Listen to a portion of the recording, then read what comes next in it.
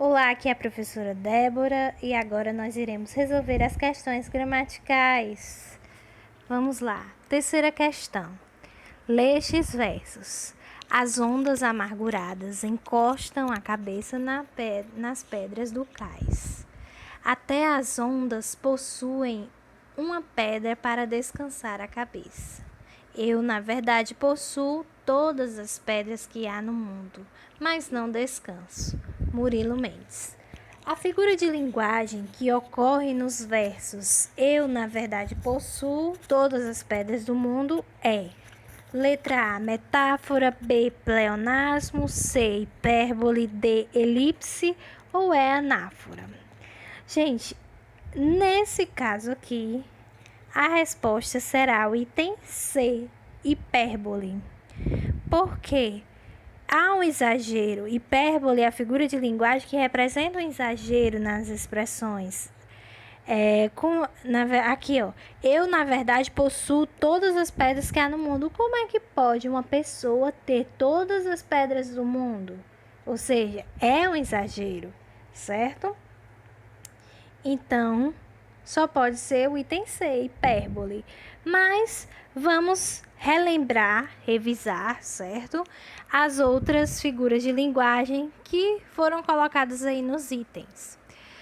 Letra A colocou metáfora. Mas o que é metáfora? Metáfora representa uma comparação de palavras com significados diferentes e cujo termo comparativo fica subentendido à frase. Exemplo: a vida é uma nuvem que voa.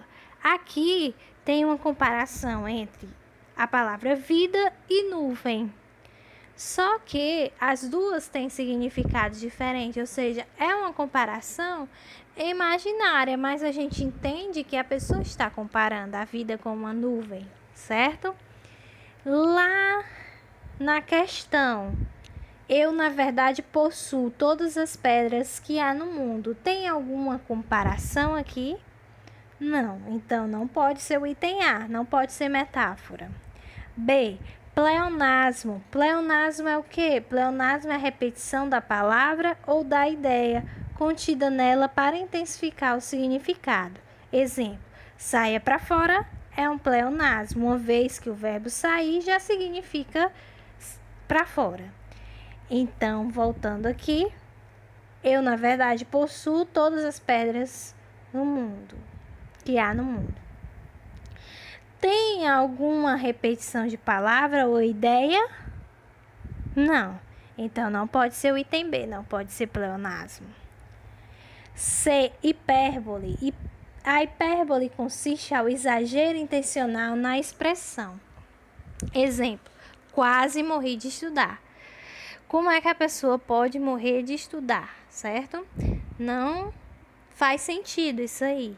Então, há um exagero na intenção, na ideia.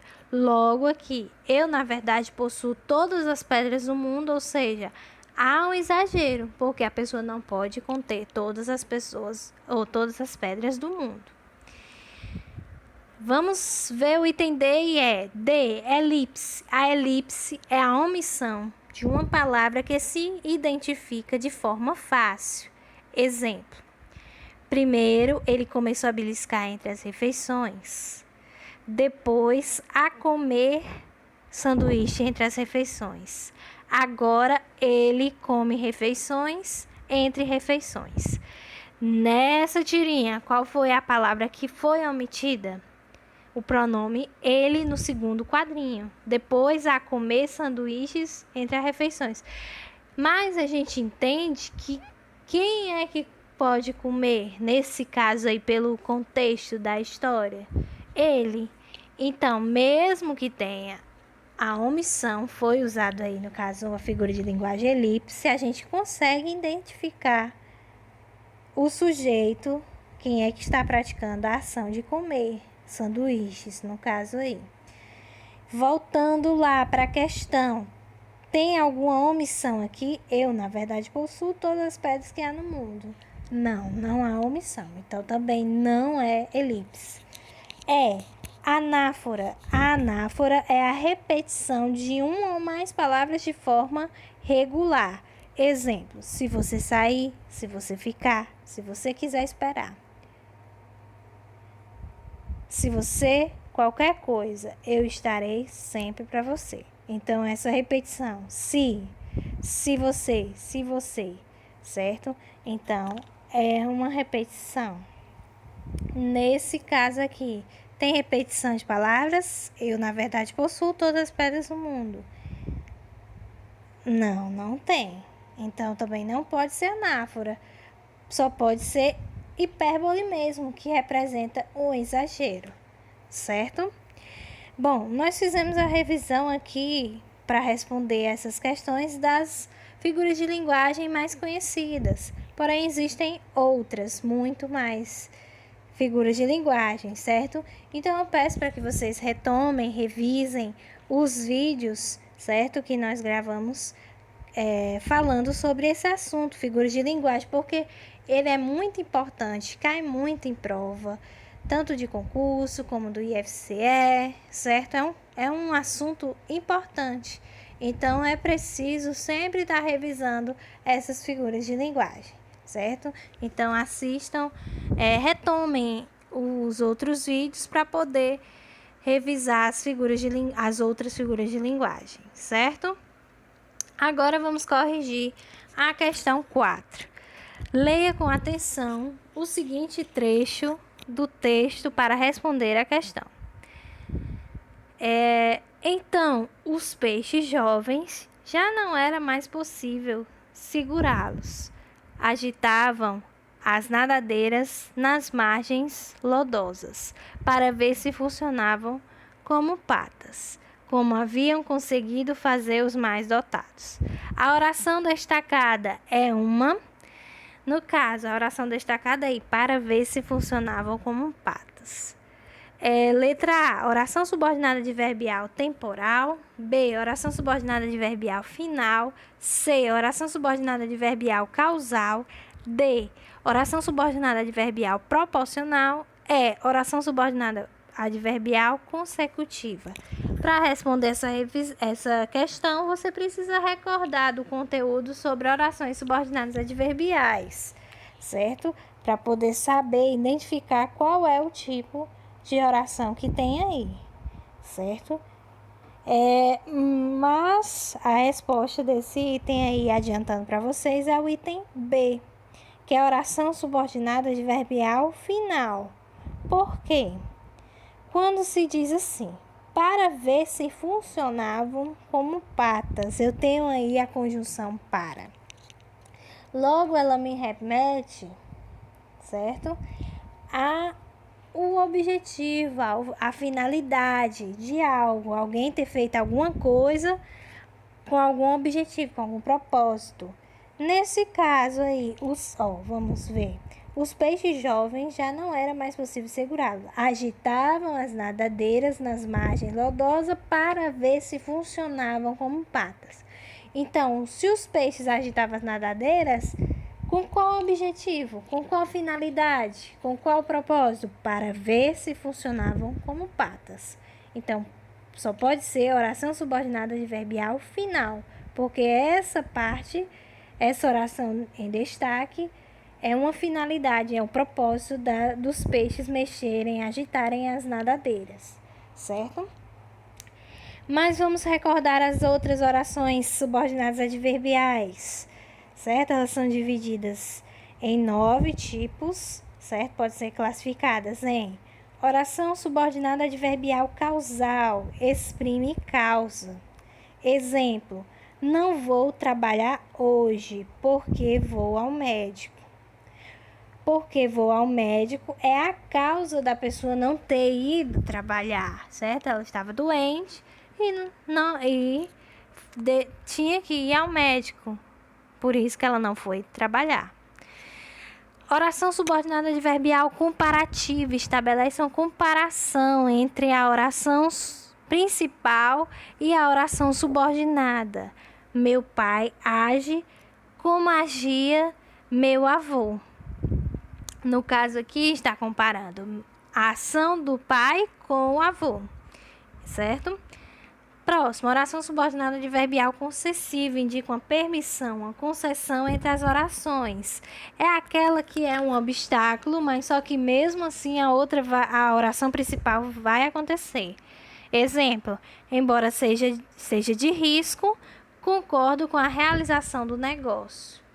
O embora seja de risco, ser de risco, embora seja de risco, é um obstáculo, mas mesmo assim a pessoa concordou com a realização do negócio. Próxima, oração subordinada adverbial condicional, exprime uma condição. Se ele cumprir sua parte do acordo, poderemos seguir conforme o planejado. Se ele cumprir, é a condição para seguir como planejado. Próximo. Oração subordinada adverbial conformativa, exprime concordância. O campeonato será disputado segundo as regras estabelecidas pelo comitê. Conforme, né? Ou seja, conformativa é uma afirmação, é uma confirmação, certo? O campeonato será disputado segundo as regras, conforme as regras, né? O comitê estabeleceu as regras e o campeonato tem que seguir, tem que ser disputado do jeito que foi combinado. Próximo, oração subordinada adverbial consecutiva, exprime uma consequência referente à oração principal. Alguém ou algo faz alguma coisa na oração principal que gera a consequência na oração subordinada. As pessoas da torcida gritaram tanto que ficaram roucas. Que ficaram roucas é a consequência das pessoas terem gritado muito, certo? Próxima, oração subordinada adverbial final, exprime finalidade, como já reforcei lá para vocês. Todos se esforçaram. Com qual objetivo, com qual propósito? Para que tudo desse certo. O para que tudo desse certo é o objetivo, é a finalidade das pessoas se esforçarem. Então, oração subordinada adverbial final. Oração subordinada adverbial temporal indica a circunstância de tempo, ou seja, o tempo em que aconteceu a ação da oração principal. Exemplo, quando eu ouço esta música, penso em você. Qual é o tempo que a pessoa pensa nela? Quando ouve, né? Quando escuta essa música, certo? Não sei qual a música, mas ele, lembra, ele pensa na pessoa. Em qual tempo? Quando escuta essa música. Então, quando ouço esta música, é o tempo que a pessoa vai pensar nela, na outra, quer dizer. Oração subordinada adverbial temporal ou proporcional, exprime a proporção entre as orações principal e subordinada, ou seja, aquela que vai acontecer ao mesmo tempo da oração principal, certo? Ele melhorava sua forma física à medida que treinava, então ele vai treinando e vai melhorando a forma física, ou seja, as ações estão acontecendo ao mesmo tempo, ou seja, são proporcionais, certo? Então, revisando isso, vamos voltar lá para a questão. Então, os peixes jovens já não era mais possível segurá-los, agitavam as nadadeiras nas margens lodosas para ver se funcionavam como patas, como havia conseguido fazer os mais dotados. A oração subordinada adverbial temporal mostra o para ver se funcionava é o tempo